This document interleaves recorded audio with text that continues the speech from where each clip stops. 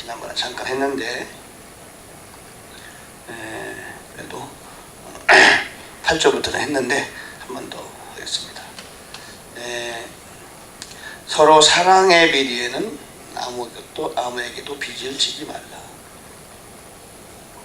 사랑하는 것 위에는 누구에든지 어떤 것도 빚지 말라. 다른 사람을 사랑하는 자는 율법을 다 성취했다. 그러니까 율법의 목적이, 율법이 이런저런 이야기를 많이 하죠. 예를 들면은 십계명 같은 경우는 하나님에 관한 계명, 사람들에 관한 계명, 이웃들에 관한 계명 이렇게 나눌 수 있는데 부모님에 관한 계명, 안식일 계명 중 있죠. 그러면서도 사실은 내 이웃을 내가 사랑하게 된다면은 율법을 성취하는 것 마찬가지입니다. 율법의 본 목적은 결국 이웃을 사랑하는 것이다. 다른 사람들을 사랑하는 것이다. 이렇게 말할 수 있는 거죠. 사실 율법의 내용은 하나님을 사랑하고 이웃을 사랑하는 거죠. 하나님을 사랑하고 이웃을 사랑하는 것인데, 우리가 이 세상에서 살면서 내 이웃을 내가 사랑한다면은 사실은 율법이 요구하는 말을 이뤘다, 그렇게 말할 수 있다, 이런 얘기죠. 그래서 성도 간에도 우리가 잘 사랑하지 못하는 경우가 흔히 있어요. 성도 간에도 뭐는 교회 내에서도 사실 어떤 사람이 참 사랑이 참 많다. 자기의 이익을 추구하지 않고 다른 사람의 이익을 위해서 이렇게 봉사하고 남을 섬기는 그런 사람이 있다면은 그 사람이 참 믿음이 좋다고 말할 수 있죠. 사실은 오늘날 교회에서 사랑이 아주 풍성한, 마음이 사랑이 충만한 그런 사람을 찾기가 쉽지 않죠. 그런 메시지도 잘 전하지 않아요. 제가 보기에 우리는 사랑을 가지는 것이 참 중요하다. 사랑을 갖고 신앙생활 하는 것은 참으로 중요한 것이다. 그렇게 말할 수 있어요. 하나님을 사랑한다고 막 사람을 말하는데, 하나님을 사랑하는 것은 꼭 이웃을 사랑하는 것이다. 하나님을 사랑하는 무엇을 표현하느냐? 헌금만이 되는 것인가? 하나님을 사랑이 뭡니까? 하나님을 사랑한다는 것은 하나님의 말씀을 잘 지키는 것인데, 하나님의 말씀을 잘 지키는 것은 이웃을 사랑하는 거거든요. 전도하는 것도 이웃을 사랑하는 표현이잖아요. 우리가 하나님의 사랑을 우리가 증명하려면은 이웃을 사랑하는 길밖에 없는 것이다. 양보하고 남을 세워주고, 그렇죠. 그리할 때 하나님이 사랑하는 것을 사람들이 다 알 수 있다는 거죠. 하나님을 표현하는 것은 우리가 부딪히는 이 세상의 모든 사람들에게 하나님의 사랑을 표현할 때 그 사람은 하나님을 사랑한다, 그렇게 말할 수 있다는 거죠. 그러니까 하나님을 사랑하고 이웃을 네 마음과 정성과 뜻과 목숨을 다해 하나님을 사랑하고 이웃을 내 몸까지 사랑하라. 이것이 모든 율법과 선지자의 대강령이다. 이게 수많은 율법들의 구약이 있지만 수많은 선지자를 하나님이 보내셨고 이런저런 경고와 책망과 교훈을 주셨지만 그것은 결국 두 가지로 요약되는데, 하나는 하나님을 사랑하는 것이다. 두 번째는 이웃을 내 몸과 같이 사랑하는 것이다. 그것은 사실은 두 개는 하나다. 내가 하나님을 온 마음과 정성과 뜻을 목숨을 다해 사랑하게 되면은 그 사랑이 이웃을 사랑하는 것으로 표현되는 것이다. 그렇게 말합니다. 한 가지라는 거죠. 하나님을 사랑을 잘하는 사람은 이웃을 사랑하게 되는 것이다. 무엇보다도 하나님께서는 온 세상의 모든 영혼을 위하여 십자가에 죽으셨는데, 우리가 만약에 하나님을 사랑한다면 하나님이 그 사랑을 세상에 많은 사람들에게 표현하는 것이다. 그런 것이죠. 요즘 교회에서 보면 세상에 사람을 사랑하기 전에 형제 자매들끼리 싸우고 그런 것이죠. 하나님을 잘 사랑하지 못하는 거죠. 구절이 나오잖아요. 구절. 너는 간음하지 말라, 살인하지 말라, 도둑질하지 말라. 거짓 증거까지 있는데 거짓 증거 빠졌어요. 거짓 증언하지 말라, 너는 탐내지 말라 한 것과 다른 어떤 명령이 있을지라도, 그에 다른 명령이 있을지라도 내 이웃을 내 자신과 같이 사랑하라 하신 이 말씀 안에 다 간략하게 들어있느니라. 그런 얘기죠. 그러니까 1계명서 4계명까지 하나님을 사랑, 하나님을 오로지 하나님만 섬기고 우상 섬기지 말고, 그렇죠? 안식일을 기억하고 부모를 사랑하고 5계명까지, 그 이후에 6계명부터 10계명까지는 사실은 내 이웃을 내 자신과 같이 사랑하라 이 말씀 안에 다 들었다. 그렇게 말합니다.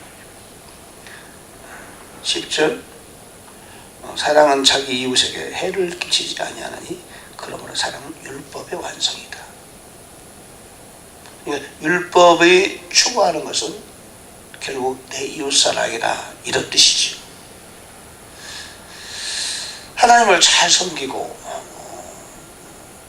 또 내 부모를 사랑하고 그런 사람이 이웃을 사랑하지 않을 수 없죠. 그런 사람은 하나님과 마음이 일치되기 때문에 모든 사람을 사랑하게 되는 것이다. 그러므로 사랑은 이웃에게 해를 끼치지 아니한다. 그러므로 사랑은 율법의 완성이다. 그런 얘기죠. 우리가 성령이 충만하고 성령을 따라 잘 살고 하나님 말씀을 잘 이루어가게 되면은 이웃을 사랑하는 그런 마음이 생기고 결과적으로 내 이웃을 사랑하는 그런 결과로 나타나게 되는 것이다. 전도도 이웃을 사랑하는 일 중에 하나가 되겠죠. 기도하는 것도 마찬가지죠.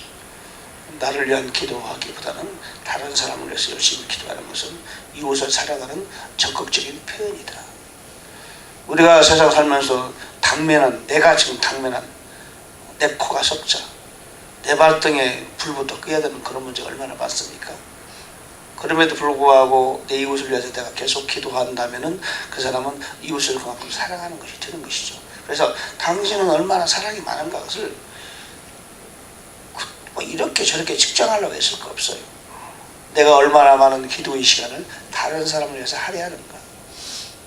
한편으로는 내가 사랑이 참 많은 사람이다. 아니면 내가 사랑이 아직 많이 부족하구나 하는 걸 우리가 스스로 자기 자신을 측정할 수 있는 거죠. 사랑은 율법의 완성이다. 그래서 하나님이 사랑을 이렇게 좋아하시는 거죠.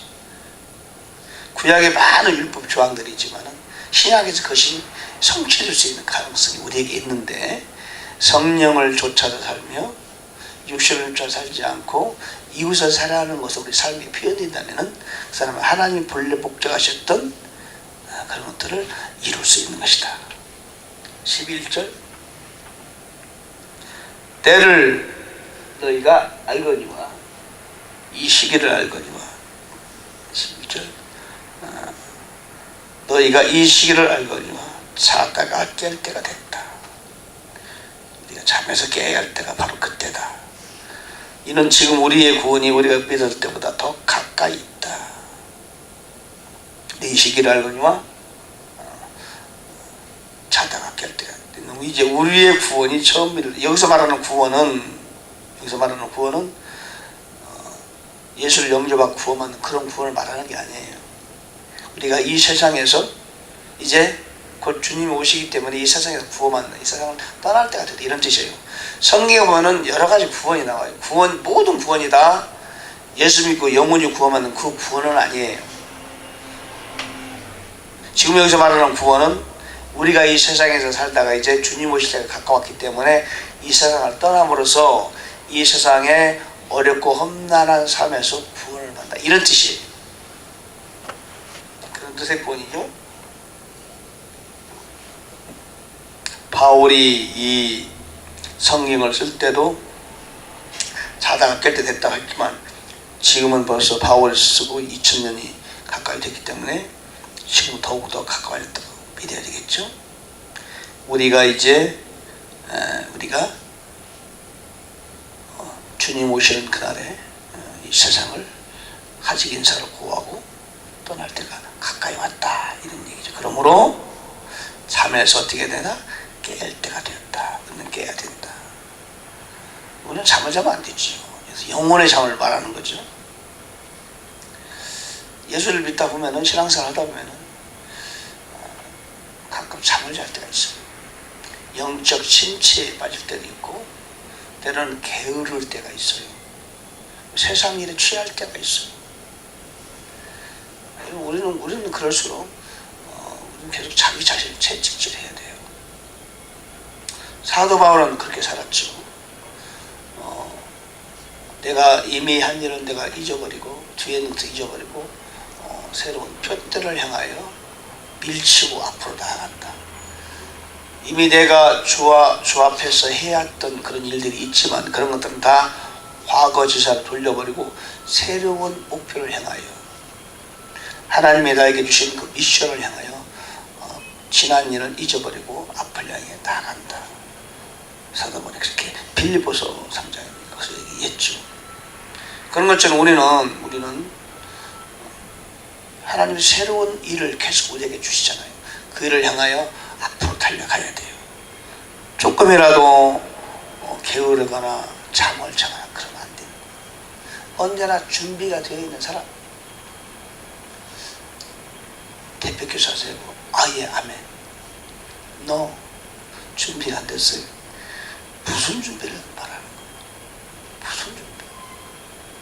기도할 준비도 안 됐다고 무슨 일을 하겠어요? 그렇죠? 늘 싸울 준비가 돼요. 늘 무기를 예비하고 갑옷을 입고 허리에 띠를 띠고 언제라도 출정 준비를 해요. 출정 준비가 아니야. 우리는 전투에서 매일 싸우는 거예요. 이미 출정은 됐어요. 전선에 나갔단 말이죠. 우리는 늘 싸우고 있는 중이야 지금. 뭘 좀 하세요 그러면 준비가 안 됐는데. 우리 자매님 이번 교회 집사 임명할 텐데 보사님 저 아직 준비가 안 됐어요. 성가대 봉사죠. 보사님 준비가 안 돼요. 무슨 준비를 말하는 거예요? 군인이 지금 전쟁터에서 싸우고 있는데 싸울 준비 없이 싸우고 있어요. 말이 안 돼요. 그런 사람이 너무 많아요. 지금 대표기도 하세요. 아멘. 아멘. 준비됐습니까? 목사님 저는 항상 준비됐습니다. 아멘.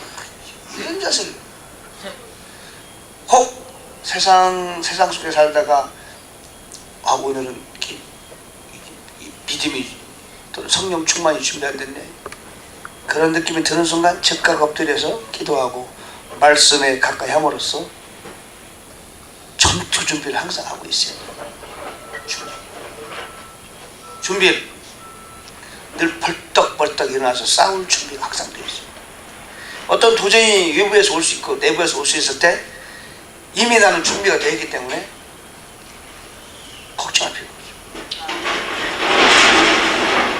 영적으로 준비가 안 되어 있으면은 외부의 적이 나를 향해 공격해 올 때 당황스러워. 하나님께서 베드로에게 말씀하시죠. 우리에게 베드로서 나오는데 너희는 항상 준비해서 너에게 미래의 소망을 묻는 자에게 언제라도 답변할 수 있게 하는 거잖아요. 언제라도. 저는요 솔직히 늘 전도가 준비되어 있어요. 아무 때나 전도를 해. 토요일날 나가서 늘 복음을 외치는 그 자세가 항상 있어요. 저는. 일주일 내내 있어. 일주일 내내. 그러니까 긴장을 푸는 적이 없어요. 긴장. 쉬고 있으면서도 저는 긴장되어 있어요.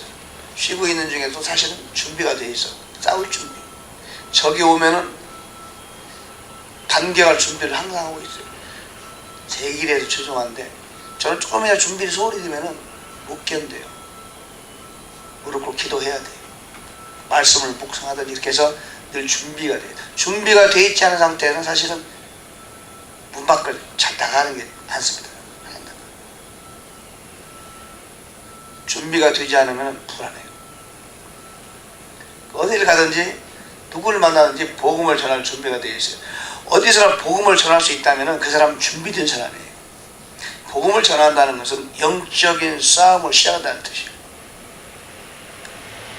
Are you ready to fight to you? To take me? souls. 사람의 영혼을 take 해올 수 있는 준비가 누구로부터? 사탄의 진으로부터 영혼을 뺏어올 수 있는 싸울 준비가 나는 돼 있다. 이것이 대단한 준비입니다. 그러므로 전도를 할 수 있다는 것은 최상의 준비가 되어 있는 사람이에요. 영전, spiritual fight. 나와서 싸워서 영혼을 데려올 사탄의 견고한 진을 부수고 데려올 수 있는 정도가 준비되어 있다는 것은 그것이 바로 전도의 준비예요. 여러분이 토요일날 오후에 나와서 전도하는 것은 한번 전도했으면 끝났다. 이번 주 이게 아니고 토요일날 열심히 전도하는 것은 지금 훈련하는 거예요. 그런 자세로 일주일 내내 살면서 사람의 믿지 않는 자를 만나면은 전투 준비를 하는 거예요. 탁 가서 접촉해서 예수를 영접시키는. 가까이 있는 사람도 있고 한 번 만나고 스쳐가는 사람도 있는데 한 번 만나서 스쳐가는 사람들에게 그 자리에서 만나서 예수님 영접시키셔야 돼요. 가까이 있는 사람들은 약간 장기전이 필요하겠지. 전략. 저는 우리 이웃집에 있는 사람은 약간 장기전을 펼치고 있어요. 한 방에 끝날 수가 필요가 없죠. 한 번 만나고 스쳐가는 사람은 그 자리에서 승부를 내야 돼요. 승부를. 다음 날을 기약할 수 없기 때문에 그 자리에서 승부를 내고 그 자리에서 예수를 받아 그 자리에서 예수를 영접을 시키셔야 돼요. 주님이 도와주세요. 내가 나서면 그런 자세를 항상 갖추고 있어야 돼요. 그래서 전도 준비가 항상 되어 있는 사람이다. 이 사람은 싸울 준비가 되어 있는 사람. 언제 어느 때 저는 이렇게 나가면은 눈을 째려본 도끼를 째려 사람 째려본다고 그러면서 누구를 전도할까? 이 사람 전도한 사람, 저 사람 하나님 보낸 사람인가? 하나님이 나한테 보낸 사람입니까? 잘 모르죠. 일단은 부딪혀서 말을 걸어요. 날씨가 좀 좋다. 머리 스타일이 굉장히 특이합니다. 얼마든지 사람을 만나면 말을 붙일 수 있는 여전히 있죠. 얼굴이 참 잘생기셨습니다. 키가 큽니다. 휴대폰이 내 거하고 비슷하네요. 여러 가지 그 아이디어가 있어요. 사람을 접근하는 아이디어. 얘기하는 거예요. 얘기하면서 전도하는 거예요. 이 전도가 얼마나 재밌는지 몰라요. 전도하면서 얘기하면서 이 복음에 접근해 가는 이것이 참 좋습니다. 주님이 다 도와주세요. 자다가 깰 때가 된다. 지금은 잘 때가 아니다. 지금은 잘 때가 아니지. 깨야 할 때가 바로 그때다. 주님 오실 때가 가까이 왔다 이런 뜻이죠. 밤이 많이 지나고 낮이 가까웠다. 밤이 지나고 다시. 그러므로 우리가 어두움의 행위를 벗어버리고 빛의 갑옷을 입자. 세상에는 어두움의 일이 있고 빛의 일이 있어요. 어두움의 행위가 있고 빛의 행위가 있다. 그렇죠? 그런데 주님과 동행하는 모든 일은 빛의 일이고 악한 영에 동행하는 모든 일은 어둠의 일이에요. 우리 가정에서도 어둠의 일이 일어날 수 있고 빛의 일이 일어날 수 있다. 어둠의 언어를 사용할 수도 있고 빛의 언어를 사용할 수 있다. 세상은 두 가지로 딱 나눌 수 있어요. There are two worlds in this world. 영어를 줬습니다. 월드인가 있어요.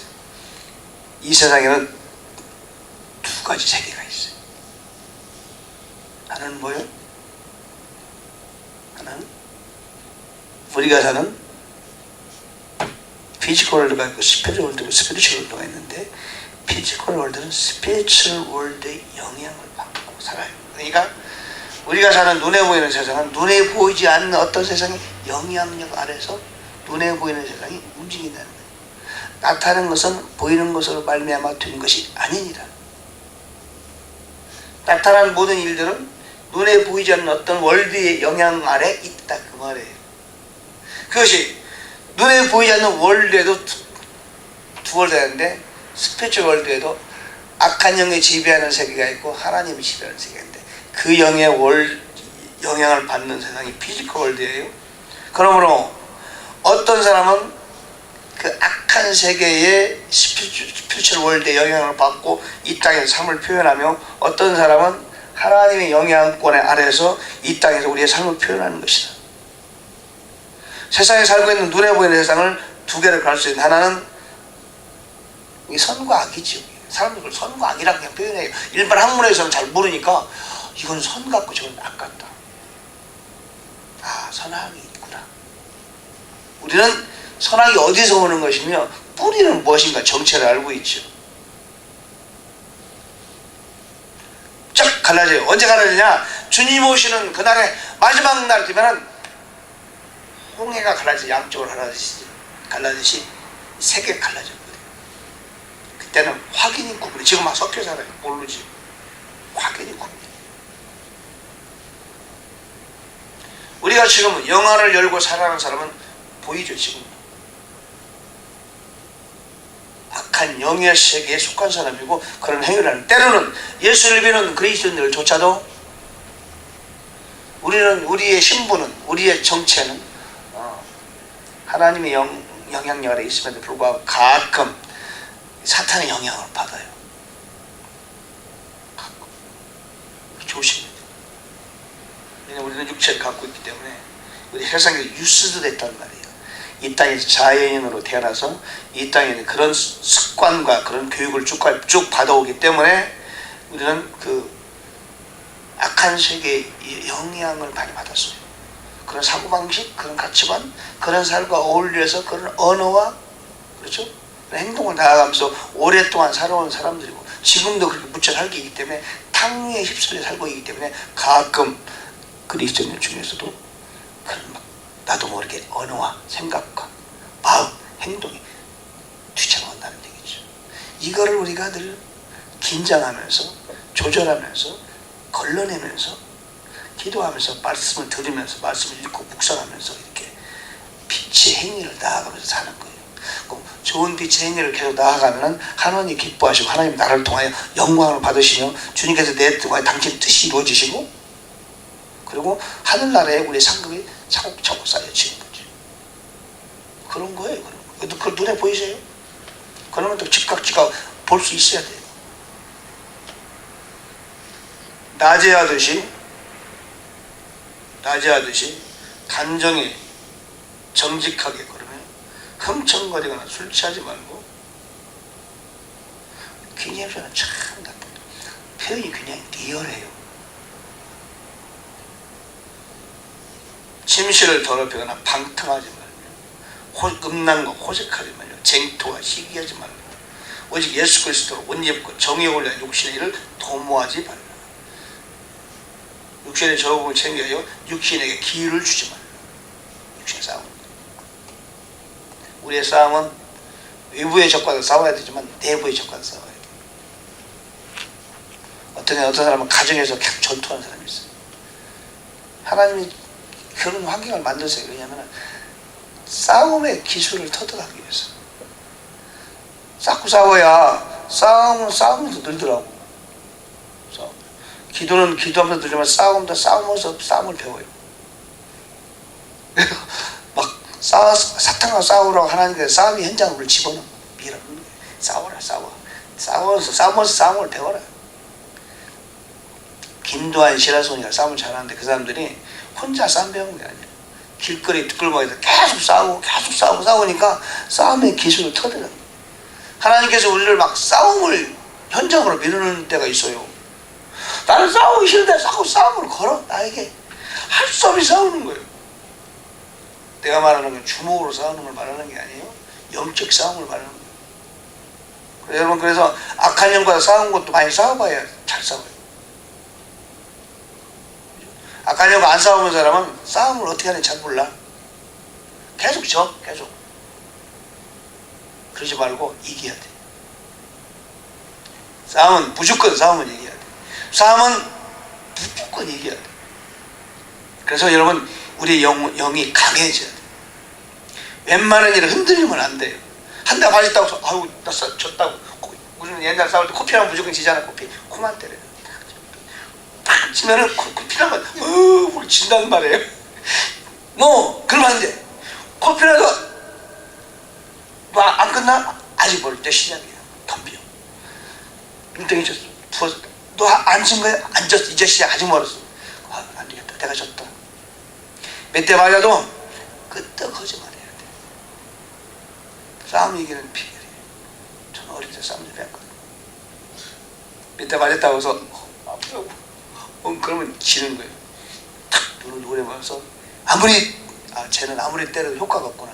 그만 싸우지. 내가 졌다. 그렇게 만들어야 하는 거예요. 그렇게 만들어요. 그러면은 이게 그래서 영적인 싸움을 가정에서 직장에서 싸울 수 있어요. 공격하니까 나를 여러분 우리는 어디나 공격을 당해요. 근데 우리는 지면 안 돼. 대적해서 이겨야 돼. 끄떡 없애야 돼. 흔들리지 마세요. 넘어지면 다시 일어나. 제 별명이 오뚜기였는데 군대에서 오뚜기. 그래서 그 별명이 참 저기 어울린다고 저는 생각해요. 오뚜기. 왜 오뚜기냐면 오뚜기 노래를 한번 불렀더니 그 다음부터 오뚜기로 별명이 붙어가지고 생겼고 오뚜기처럼 생겼잖아요. 쓰러지면 다시 일어나.